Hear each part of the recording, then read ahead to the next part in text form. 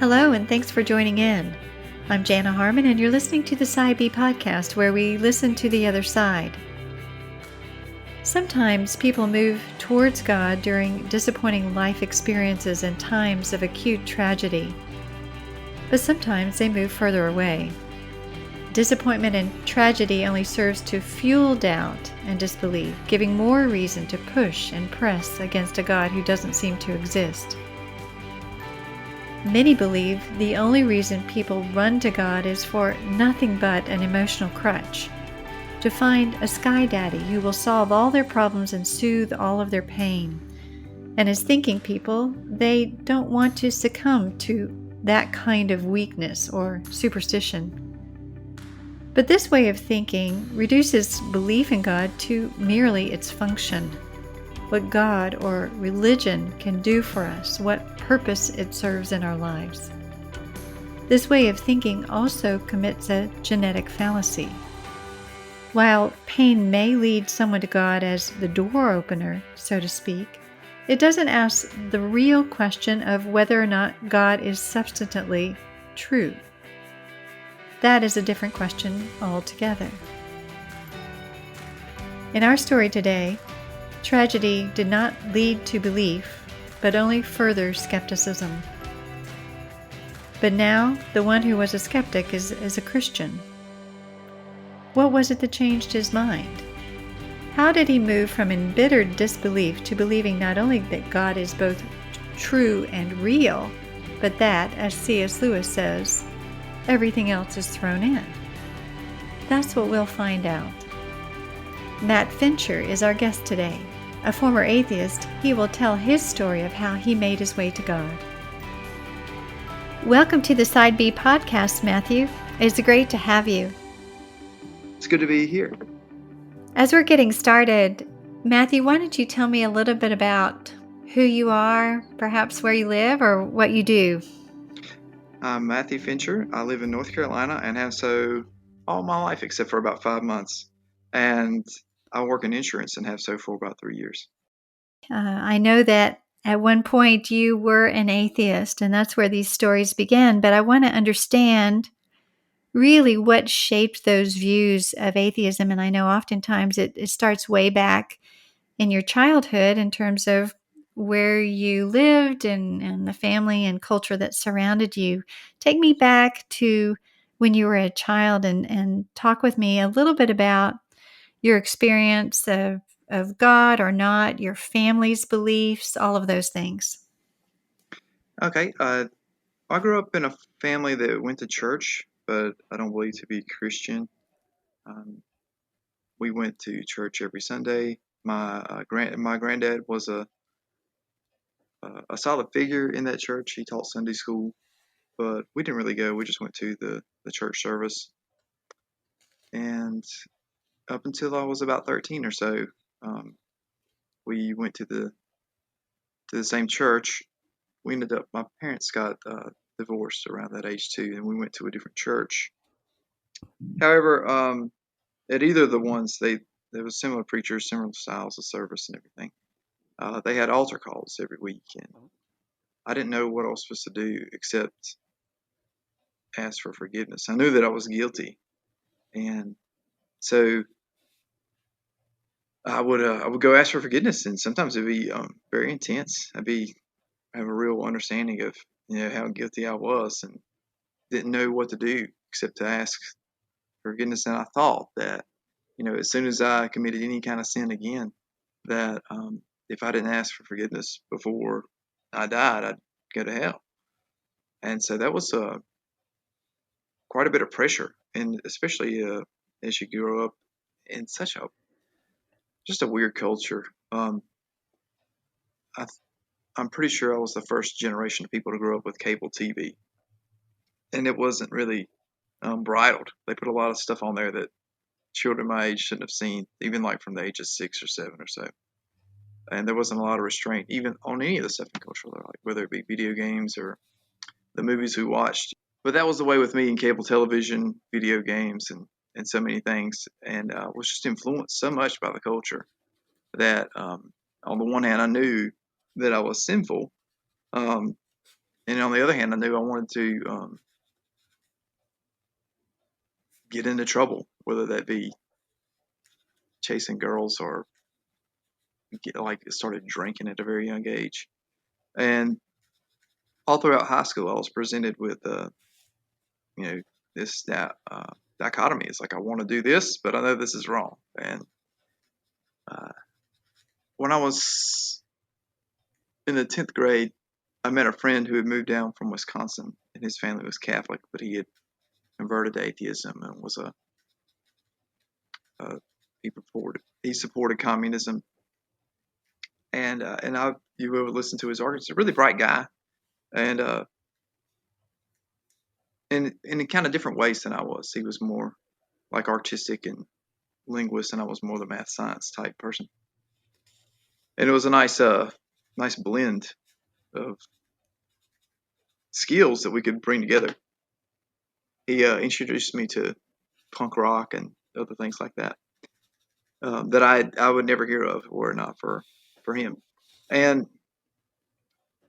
he began to make issue with the church, and he'd actually come with me a few times. We would hang out over the weekends, and still one person would hang out at one person's house for either the Friday or Saturday night. And he found my church different from what he'd been to say the least. But he started pointing out atrocities in history of the Roman Catholics. And it's not that you couldn't do the same thing for so-called evangelicals. It's just that the Roman Catholics have a longer history, and in some senses more to point out about the wrongs that they've done. I mean, we had a Reformation over that everything, so some of it's quite well documented. But when I asked my parents, or my mom at least, about what the difference was between a Roman Catholic and I try to find out what denomination we were. When she just said Protestant, I don't know if she knew. And I asked what the difference was. She said they just have a lot more ritual, and so I didn't see any kind of real distinction between Roman Catholics and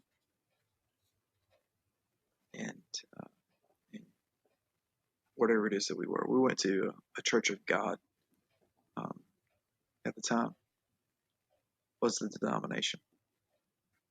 So the further and further I got ingrained into culture, the more I didn't want to deal with the sinfulness. I became more and more sinful, and but would still pray, would still try to read the Bible. I think when I was 17, I read through the end of Deuteronomy, and I got to the part, I think it's around chapter 28, somewhere around there, where it's like God tells them that they're not going to succeed at this, and He's going to have His hand in it. And I thought, it's like, what am I reading this for if He's showing them that they're going to fail? And then I stopped. And it wasn't long after that I went to college. I'd like to go back for just a moment before you go to college. This friend that you befriended in high school, it sounds like he had a lot of skepticism about the church. How did that affect your view of God and Christianity at that time? Did it cause some skepticism in you or doubt to arise in you? Were you able to ask questions or get answers, or what was your mindset around that time?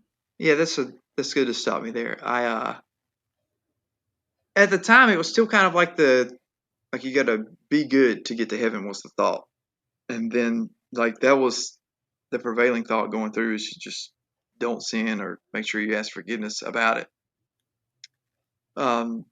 I'd even been baptized when I was around 13 or so. I didn't even know what it meant. I mean, it was just a ritual that you did. So I understood myself to be Christian. I was in the Fellowship of Christian Athletes in high school, but it was so much of it you could see was superficial, and the media is quick to point out anytime some Christian fails at anything, where they can make a public spectacle of it. So combined with the prevailing culture's attitude toward Christianity and my friend's skepticism, I began to, I couldn't make sense of how all the things that I wanted, all the bad things I wanted to do, um, that I got really, really caught up in. Like that was the main thing I thought about was either the next time we were going to go party or I was preparing for it or just that was really my goal was just to waste time for lack of a bit for the cleanest phrase I could put for it. But it did come to mind, like, I didn't think that there was any kind of personal understanding of God. What I mean to say understanding, experience of God. I just thought it was the kind of thing where he's up there and we're down here and there's nothing to connect in between. And those seeds of doubt didn't kind of take me all the way away, but it certainly did have me something to compare to. So you had, in a sense, you had talked about a dichotomy going on with you in that you were going through the motions, if you will, of Christianity, but yet it was a superficial kind of Christianity, and you had seeds of doubt whether or not it was even true. It didn't seem to fit with your desires and your lifestyle, but yet you had a sense of this moral obligation, this sense of guilt when you did things wrong. So, even though your Christianity was somewhat superficial or cultural, you still had these very personal feelings of wrongdoing, I guess you could say. And Right. so that Well, was causing some tension in you. yeah, let me just say this. I don't think I felt guilt when I did the bad things. I think I felt guilt when I went to church. We had to go almost every week. So, I see. yeah, It was a reminder. Yeah, yeah. it was And so in I'd kind of I'd in your hear the face. preacher preach, and I was like, man, that's true. That'd be really good, and we really ought to do that. And agree with it and understand so much of what he would be saying. But when it come to applying it to life, as soon as Monday came, it was right back to being the person that I was the other Mm. 6 days of the week. It was something that you could easily leave behind. So when you went on to college, then it was probably even easier to leave church behind or Christianity or that Sunday morning reminder of guilt behind. Right. And not only that, the went from, you know, the the the culture I grew up in with the people I was around was, and I'll say Christianized with air quotes, like it was still the Christian ethic, if not even the Christian practices. But the media culture that I was in, whether it be video games, we had the internet by that time, albeit very slow, uh, and television were were not, and so that presented differences too. But once I got to college, this was in late 2001, the the the regular church service went away. I didn't have to go. I didn't deal with that very much. And then the the people that I was around, whether it be people in the dorms or classmates, um, or teachers or whatever else was influencing around, were nothing of the sort. It was um, secular at best, and so much of it was even anti-Christian. Although there would be campus preachers that would come because it was a public university, and they would make their plea. And I think I listened once. This one guy, he would just come and read the Bible out loud, and he would answer questions, but he never really preached. There was one guy who preached fiercely and seemingly enjoyed the agitation that he could stir up within people, and that wasn't very appealing. But the one guy, he would just read the Bible. Um, Real nice guy, but I listened to him once. He was there, seeming like 2 or 3 times a week. It would seem like I'd pass by him, but that was as much as I had to avoid, and the rest of everything else, whether it be media or or the rest of the people around were, well, I wouldn't say as that it wasn't promoting the faith, and so much of it was antagonistic. I then got into classes too that seemingly supported the kind of things that I'd want to hear, to get rid of the guilt that I had. So I didn't have it the regular reminder, and I was studying physics more, and you get into science classes, and the the evolutionary worldviews assumed rather than questioned. I was It was to the point where I was the things that I did that were wrong, that I knew were wrong, that I felt like I needed to ask forgiveness of, became more prevalent, and the restraint that was kind of pulling me back in that direction was gone. And so it was so much easier to embrace anything that was against that. It was a whole lot easier to try not to deal with the guilt that I had. And I think I can't say exactly where because it's been some time now, but probably around 19, 20 years old or so is when I went into full on atheism. I didn't promote it or anything right away, but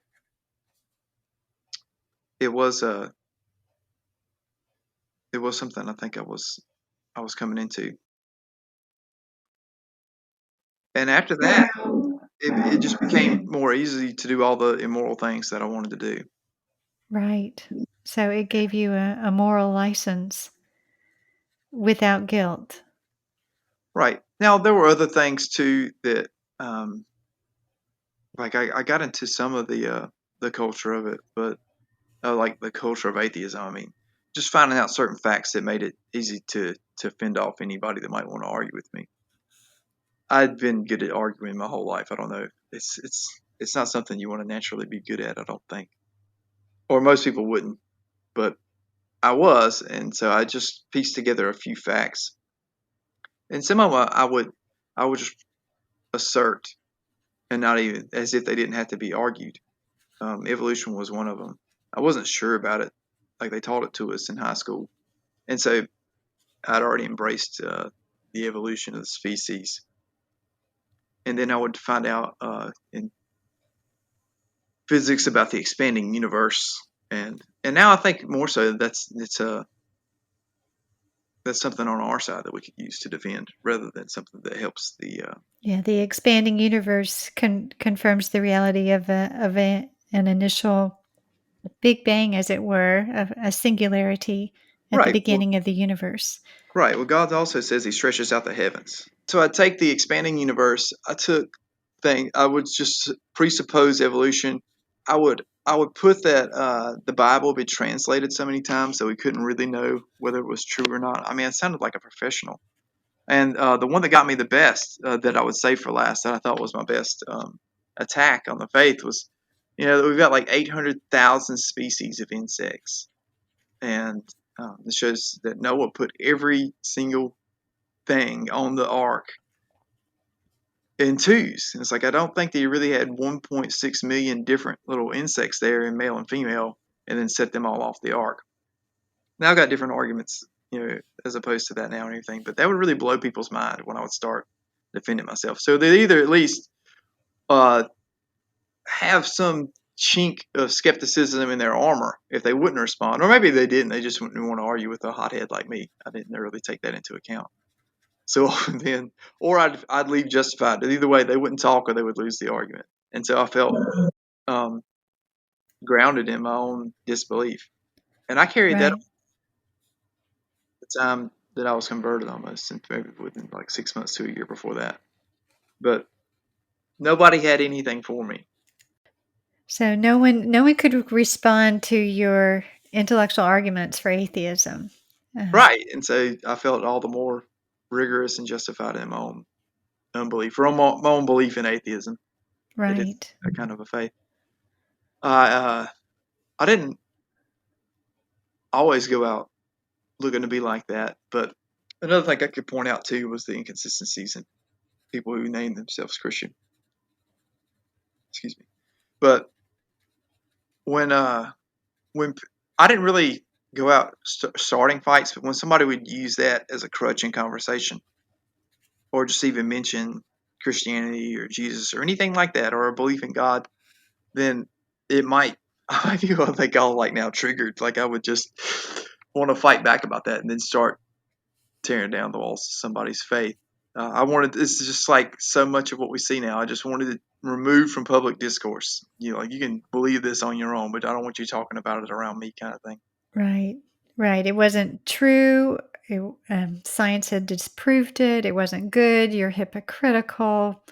The atrocity, the atrocities of the church, all of these things, the corruption of the Bible. It's just that it was you showed Christianity to be rather weak and compared to the strength of your intellectual atheism.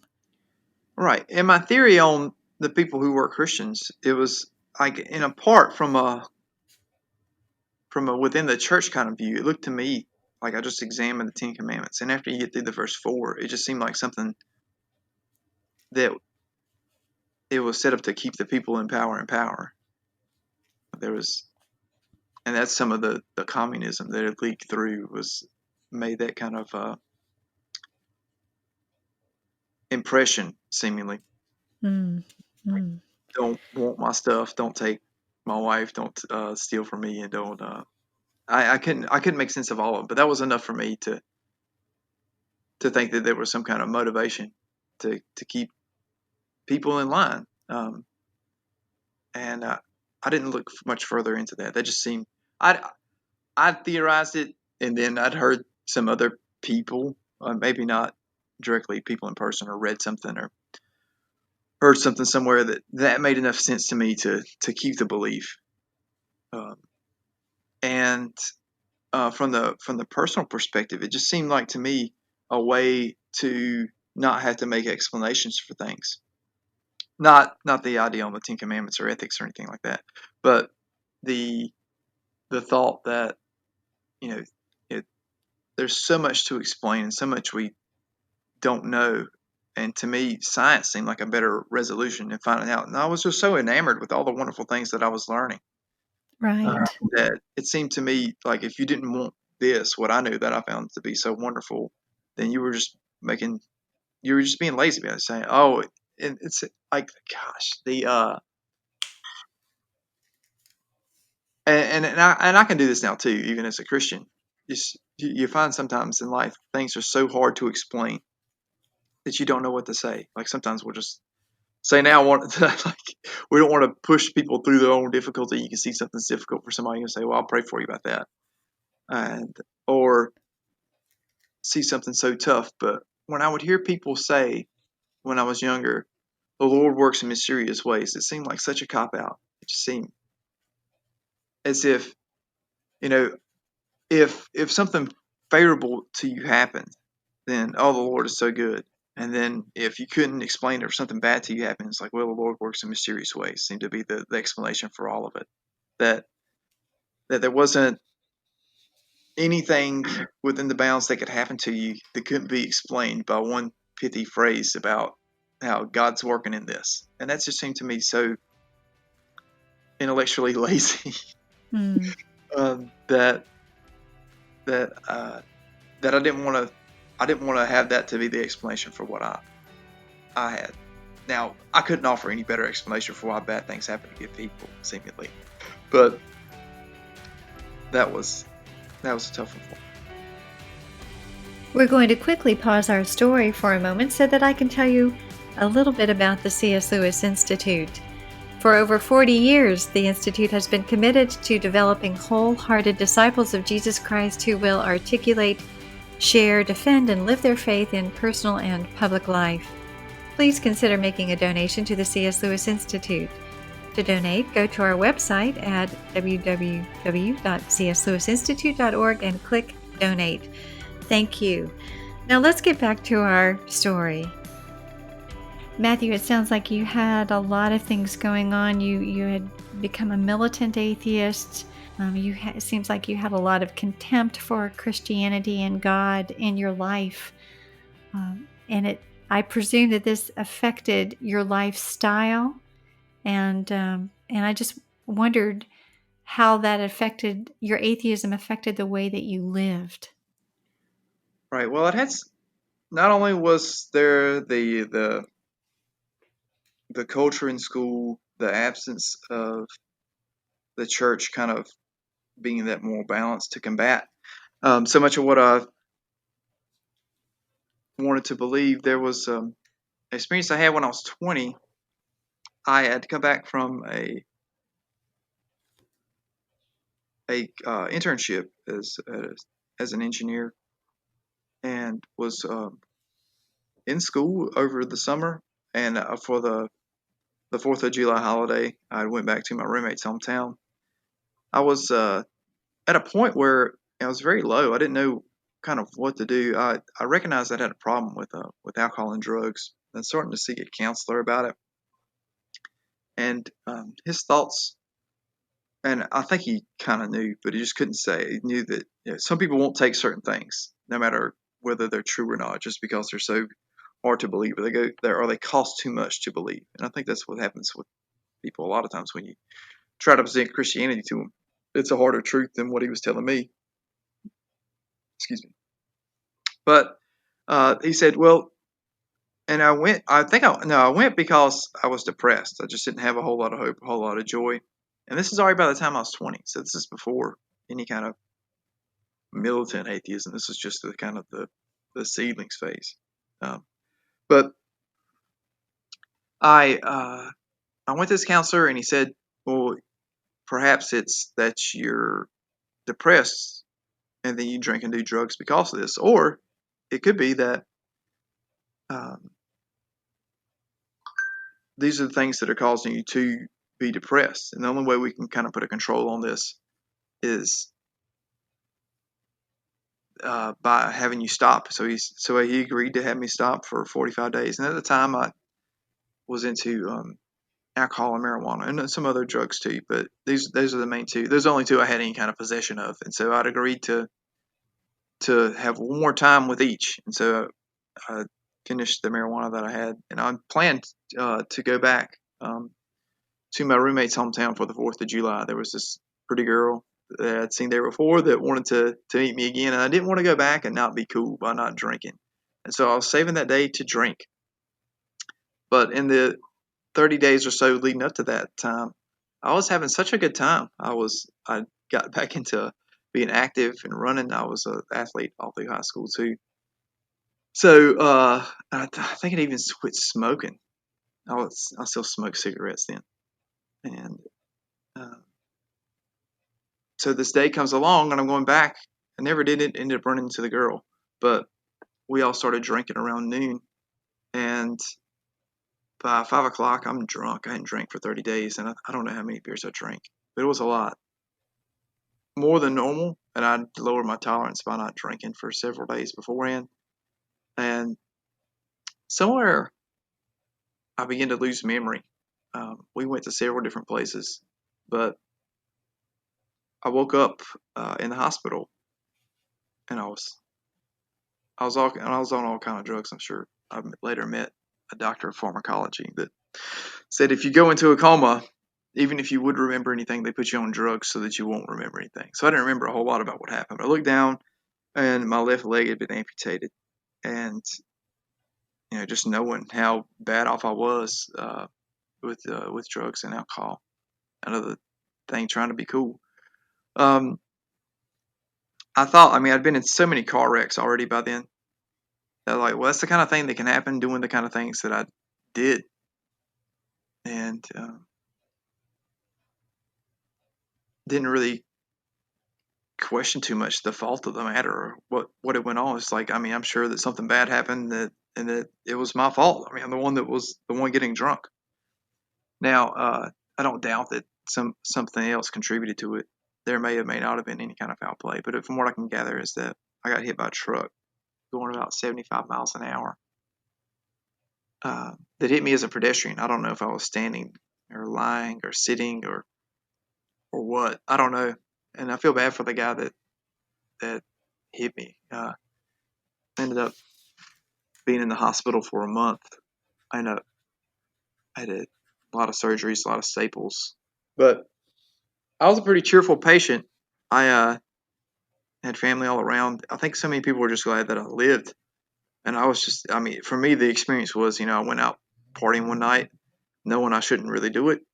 And then I woke up in the hospital. Um, and, I had some tough experiences there and the additional surgeries that went on. But to me, it was just like, how am I going to get back to normal now? Like, that's, that was more of the focus for me was how do I get up and get moving? That was, seemed to me the harder thing than to deal with what actually happened. But uh, being proud as I was, it seemed like the kind of thing like, man, I've been through so many wrecks and a bunch of fights and just a bunch of dumb stuff. It didn't seem like I could die, and that didn't fit anywhere into um, an atheistic worldview. And then there'd be people that would come and visit me that I hardly knew. I mean, I kind of know, but just had been praying for me at different churches um, from around the community. And I'd hear about that and I'd dismiss it. And I'd hear about it and I'd dismiss it. And I'd hear about it and I'd dismiss it. And it just seemed to me like I was a medical anomaly. That was the easiest way to explain it than some kind of miracle. Like people were exclaiming. It's like, I mean, But as for you, it wasn't something that you all of a sudden opened up and said, after this tragedy, "Oh, I believe in God and no, this was not a at all. miracle." This You were is like, actually this pushing is, farther away or yeah, still. I just had good doctors. That's the way I thought about it. Um, and that was so tough for so many people at the time. Not only did they see something they thought to be genuine, this is me putting my thoughts into their head. Nobody's told me this, but at the same time, I'm here like, oh, it's okay. And they're just discounting it. But now, not that I wasn't a cheerful hospital patient or anything like that. It's just I think so much of it was just shielding the difficulty of all that I knew was to come. So I mean, it's a lot of pain and still is a lot of times. But I can't imagine, truly can't imagine. yeah, but it's bearable, and it's a lot more bearable to know that I contributed to this. Like I don't ever like we have a tendency, and I say we, you may not be included in this we, or you or anybody that would hear this, to want to be pitiful about the plight in our life. And God's done good enough for me that the most difficult things that I have to deal with in my life, this being one of them, was that they're my fault. And so if I had to just, I can't go to, well, look at all the bad things that happened to me. It's like, no, look at the bad I caused myself. And so I kind of just get the gloss over the whole pitiful part. I can feel sad for a minute, but I've got to figure out a better way or just rest until we get the proper thing fixed or the proper remedy of what the situation is or proper diagnosis. Mm. So it sounds like you became rather convinced of and ingrained in your atheism. So, what was next in your journey that perhaps caused you to either push further into atheism or turn towards God? I'm thinking I'm about 22, 23 when it goes not just into a passive and then occasionally combative to like a militant atheism. I at the breadth of the opportunity, I would make a point to do it, and it didn't matter with whom, people I would work with, family members, even my own grandmother. It was terrible. One of them, not both, um, but one of them, I was just like, look, you can't. We don't have any explanation for this, and she didn't either. She said, "I'm still believing in God. I don't care what you say." Mm, But like that's just the extreme example. Like, why would you do that to your grandmother? Is that was yes. corrupt? Yeah. Just awful. And it was I something that I heard. I wish I could remember the scholar. I can't remember who it was, but he ended up being converted. But he said he was the kind of atheist you had to be so smart to be so dumb about. It's like God's fingerprint is on so many things and everything in life. But if you're so pleased with your own atheism, you have to stop looking at the pieces of the world that have God's fingerprint on it until you retreat and you retreat and you retreat. And the only thing you can kind of be pleased with is your own thought of atheism. And that's such a sad world to live in. I don't think I got all the way there, but I got very close. Mm. And it was just such a sad existence. It's just so much complaint and anger, and just really was not a very happy person at all. And when you're a militant atheist, you have nothing to live for but that. And after a while, that becomes so terrible that you try to find some other purpose in life. And I couldn't find anything to live for. I thought about, and I'm probably not that as good of a scientist as I'd like to think, but I thought, well, maybe I could just do that. Maybe I could just go do science somewhere. I thought, could I really live somewhere out in the woods and just conducting experiments or something like Tesla or something? That's way too proud of me to think that I could do stuff like that. But that was an option I was examining. Another thing we looked at is trying to figure out what we could do. Man, it's just things seem so terrible. Like, what could we live to do something worth doing? And I thought, maybe we could try to make humanity more efficient. I still kind of had the engineering mindset. And I thought that making humanity more efficient, at least, it seems like so much waste. I think it's probably still some of the leftovers of dabbling in communism that brought about. But I wanted to just have humanity be better. And I didn't even have a good definition of better. But the area of history that my friend had been influenced by so much was the Roman period. And we had come to the conclusion that having one currency, one language, and one government would make things a lot more efficient. Would cut out a lot of waste. So adjacent to that is the whole scare of 2012. And for those who don't know or don't remember, there was the worry that there was going to be some kind of big asteroid to come and hit, or just the end of mankind in some kind of way. So I really thought that we were coming to the end. I want to try to make things better before then. I told my brother about this. So I thought that I can check out and see if the Bible is really true about this. And so I started reading Revelation. So, Matthew, you started to read the Bible. You started reading Revelation. What were you finding there? Were you finding the answers that you were looking for? No, not at all. I didn't find the answers I was looking for, but I did find some answers. It really was like something had gone on that for some reason, when I picked up the pages of Revelation, I immediately thought, like, man, this is true.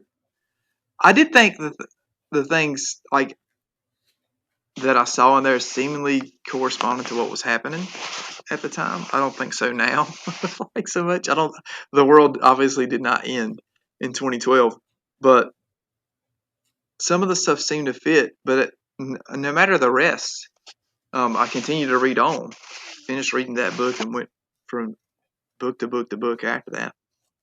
Of the Bible, not necessarily in any kind of order or anything, but I just something happened where I was like, this is the truth. It wasn't any kind of reasoning involved in it, which was weird. It was just as if the internal voice you have. I don't know. I hear there's people that don't have an internal voice when they think, but I do, and I think most of us do. And it was just like, this is the truth, and it didn't make any sense because everything I'd kind of positioned myself in life was antagonistic to it. But I kept reading, and weird things started happening. I couldn't. The moral argument is finally what got to me. Is just couldn't grasp that there wasn't anything that we could do that was wrong. Like I could push out to the thoughts of some of the worst things that could happen to someone or someone else, and I was like, that's definitely wrong, and I don't have any answer for why it's not. So, you started becoming skeptical about your own atheism. Right, I kind of pushed back into agnosticism. I think I skipped over being there for a while, for probably a year or so after high school. I branched into being agnostic. It was just a cheap way of saying you're an atheist that doesn't want to obey anything. Now, I'm sorry for any agnostics that I've been just like I don't want to obey any rules, but I don't want to say that I know anything. Or at least that was how it was for me. And but then I got pushed back. It's like maybe I really don't know. And then I couldn't get over the idea of morality. I knew that some things I did were wrong, and I couldn't explain. I couldn't explain having a conscience. And that was the thing I tried so hard to explain away, and I couldn't do it. So I started praying. I remember it's just so weird. God answered some prayers when I was 17. And there's no way it couldn't have been an answered prayer because the exact opposite of the thing happened the day before. And then the thing that I was praying for kind of just turned itself upside down the next day. And I don't know why I could avoid that happening. Why I could like keep that out of my memory. But it came back to me around the same time. It's like, man, I used to pray when I was younger. I used to get prayers answered. I should start praying again. But I was praying to anything but the Christian God with all his rules and all his bad history. So Yes. I started praying to just weird stuff, just like the sun, the moon, the stars, just all manner of idolatry. But I kept praying, just kept praying for God to show itself or himself to me, and had run out of ways to try to pray to something that I could make up. Around this time, things had just got so bad in my life. I wasn't fully employable, but this was the end of 2008. I didn't pick the Bible back up for some time, but right after that, but I did continue on praying, and it was so weird. I began again to try to stop drinking and stop trying to do drugs. So stop doing drugs. I knew I was going to have to get some kind of different job. I was trying to move back to my hometown, and this was at the height of the previous recession when it was nobody knew whether we were going to make it out of it or whether we were going to be able to have jobs. I ended up moving not in with my parents, but into an apartment somehow. And uh, before all this happened, I was going into my morning routine, and I'd already come to understanding like the Bible was true. I wasn't reading it still, but I was still praying. I still didn't want to believe that that the God of the Bible was the one that was making the truth the truth. Um, but I come to the conclusion came to me. It's like when you read about the prodigal in Luke 15, he said he came to himself. That's exactly what happened to me. So I came to myself and understanding that uh, everything I wanted was a sin. All I wanted to do was to drink and do drugs and chase skirts and just do a bunch of other bad things. And so I came to the realization like everything I want is a sin. All I ever want to do is sin. And I just fell down weeping. I just said, I'd do whatever you want. I knew it was God there with me at that time. So weird. I started throwing out CDs that I knew I shouldn't have and books. I had all kind of manner of terrible books. Music I shouldn't be listening to. And um, within a month, I moved home to that apartment and started going to church. My dad would take me to church. And in the same way that when I read the Bible, I knew it was to be the truth this time around. It's as if what the preacher was telling was the truth. It's like why doesn't somebody tell people if these guys are telling the truth? Couldn't understand. This really was the whole change of things. It really was like being a new person. Like you had And new eyes to see or ears to and hear. ears to hear, yeah.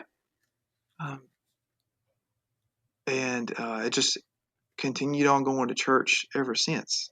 It was just such a weird experience. I picked up and read more and more of the Bible. I was reading other materials, and along with it, and just really soaking up the faith. It was just such a good thing. So, how has your life changed? Obviously, again, it looked like you had a new perspective on life and living, and I presume that it really affected your life. I mean, as an atheist, you spoke of anger, you spoke of depression, um, and those kinds of things. How was your life affected after you became a Christian? Oh, I just wanted to do good. Like there was, like we had, I had so many of the things that I was missing before. I had an explanation of I know why there was, other than just aliens bringing DNA to, or probably not pre-DNA or organic matter with genetic code to reproduce. I had a morality to adhere to. I had some kind of purpose, what I lacked before, and life had meaning. And so much, even like uh, my goals and stuff changed. Like immediately, I wanted to be a part of a family and have a wife and children, and just so much of what society sits upon. I wanted to be a part of that. I became so normal. So I just normal. enjoyed my idea of being a radical for so long, and then I became a Christian. Like, man, this is really normal. But it was still, I thought it would be boring if ever was the thought on becoming a Christian. Just seemed like, man, it's just got to be so boring. You don't get to do any of the wild, fun stuff I like to do. But it's been so much more wild being a Christian. I've been in a lot more adventures, I'll say, uh, albeit ever small or large since then. It seems like it happens all the time. Just even everyday events can be like that. But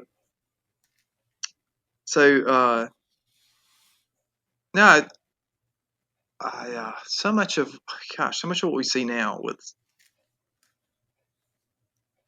uh, those who would oppose Christianity want so many of the same things that we have, and just in a different way. I had a community to be a part of. Um, I had, just like a network, or just of something that was other than just a bunch of bad people that were tripping over their own feet, and metaphorically in life all the time.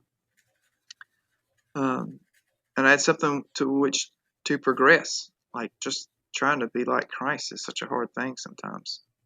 Um, But it's in a different way, I presume, than the Christianity you knew as a child, where you had to be good. This is a different kind of thing to be like Christ. You have so much good to say. I wish we had more time in the podcast to do that. So, Matthew, it sounds like your life has changed dramatically. And you were just speaking a moment ago about those who opposed Christianity, or those non believers who sometimes actually are looking for similar things, but in a different way, or at a different direction. If you were able to speak to the skeptic or the curious non-believer, what would you say to them? I'd say I'd really examine the motivations that you have for your atheism. Is it really the evidence, or is it really that you want to produce your own ethic? That's what I find with me and with so many of the atheists that I run into or encounter who've come from atheism in the same way. It's I it, if this were true, then this would cost me this. Really, is the real the hindrance to coming to the faith, rather than these other arguments are so convincing. And some of them very well may be, as far as like the scientific arguments against the faith, if you don't have the counter to them. But what I would do is to examine your motivations for this. Are they really scientific? Are they ethical? And then to find out for yourself about this. I would recommend reading the Bible and just trying to understand more about what the gospel is. That's the term is used so much in Christian culture, it's almost lost any effect. But it really is the good news that we live in a fallen world where sin has corrupted everything. Like everything that was to be good is now not as good, and some of the things are not even good at all. And to remedy that, to show how loving God is, He sent His Son to to die. He lived the perfect life. He rose from the dead, and it's really just believing that brings us into this family, to his family where we're redeemed, where we can see that this church, this bride of his, is really the whole purpose for creation. So so often it's, why did God, make the world? Why did God not make the world perfect? Okay, God could have made a perfect world and did, and then he gave. It's better for people to have the choice to live in it with freedom or not, and so he did so. And then in their choice, they corrupted it, and yet, in his great love, he chose to redeem it. We could have just been like the angels and got the justice we deserve, but to show how loving he is, he's redeemed us. And one of the ways you can hear that is by hearing this gospel, that this good news is that you don't have to face him on your own account. You don't have to deal with your own ethical problems. They can be resolved by faith in Jesus and faith in that he's come from the dead, he's overcome the power of death, and that it can be for you too. Also, if you could find a church that believes the Bible, I would participate in that. It's one way that people come to understand this is just by hearing the Word of God, and it really is something supernatural that occurs. You want to think that it's just a deduction reasoning, but it really is something beyond what we would think that really happens. It really is a change of heart, a change from from stone to flesh. But and then if you're, I know there's got to be ends of the spectrum of ethics and atheism too. Don't be like I was. You'll so much regret it if you really do try to unconvert people from Christianity, whether or not you come to the faith. It's such a hard way to live, and if you find something in this world to delight in, and hope it to be the Lord. If not, let it not be atheism. That's wonderful, Matthew. How about some advice to Christians who perhaps don't understand those who push away from God or want to engage with atheists? What advice would you have for them?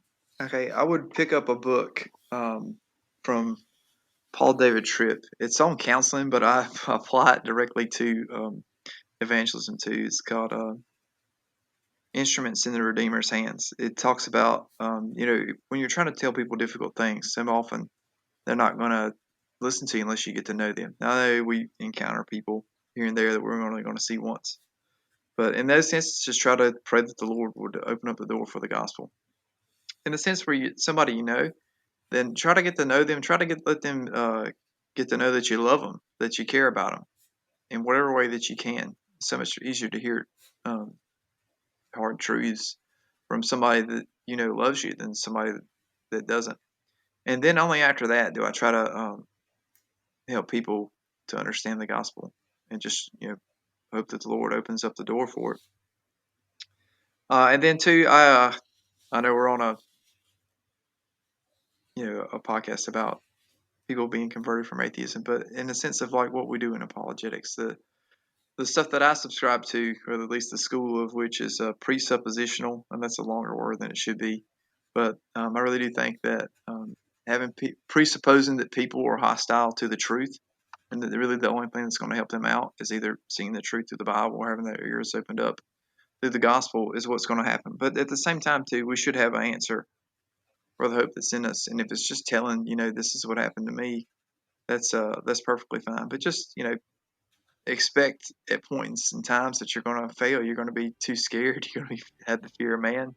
But that doesn't mean it has to be the end. That we can keep going to let the world know that we really do have the truth, and we really do have the message of redemption that the world needs. That's really good advice all the way around. Well, thank you, Matthew, for being part of the Side B podcast. It's an extraordinary story.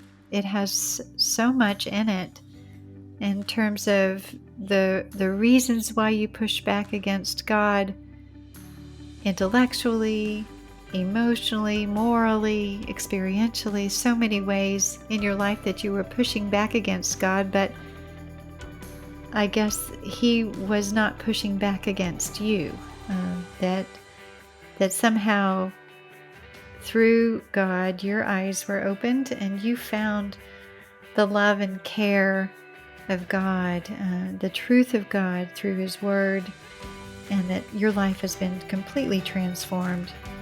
What a beautiful story, and thank you so much for coming on to share it. Oh, it's been a pleasure for me too. For being asked about this, it's like I do want to be able to do what we're expected of us in Romans, is to confess with our mouth, as I do believe in my heart. Thanks for joining me today on the Side B podcast to hear Matthew's story. You can follow him on Instagram at PatrickHenry007. For questions and feedback about this episode, you can reach me at email at thesidebpodcast@cslewisinstitute.org. I hope you enjoyed it. If you did, subscribe and share this new podcast with your friends and social network. In the meantime, I'll be looking forward to seeing you next time, where we'll be listening to the other side.